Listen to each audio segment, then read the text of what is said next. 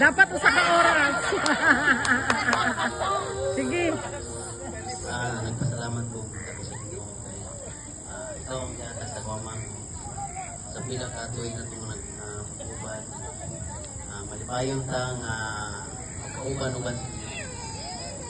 Ilang kita mo buhay siya na maganda itong kalipay na magkata sa to sa tanan na itong sa itong mga anak wala na akong salamat sa inyo. Padayon lang ta sa pagkakalaga sa inyo. Sakit akong kamot yung ikumot. Mangumot magkakol. Itakago niya ang kasawang butan.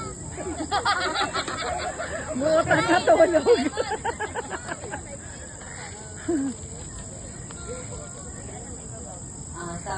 Sa 15 years na ito mga panag-uban pa, na may mga ups and downs, sa kalipay sa kalisod, ako nagpasalamat sa Ginoo tungod kay wala kita niya pasandi. Ana siya sa ato ang tunga. Ana siya sa atong tunga.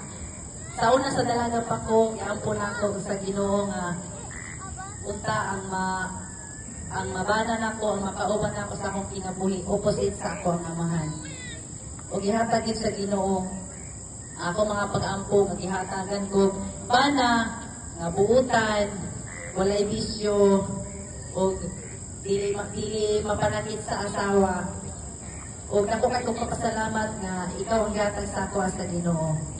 O napasalamat po ko kay ihatagan ko nimong tulong ka mga anak.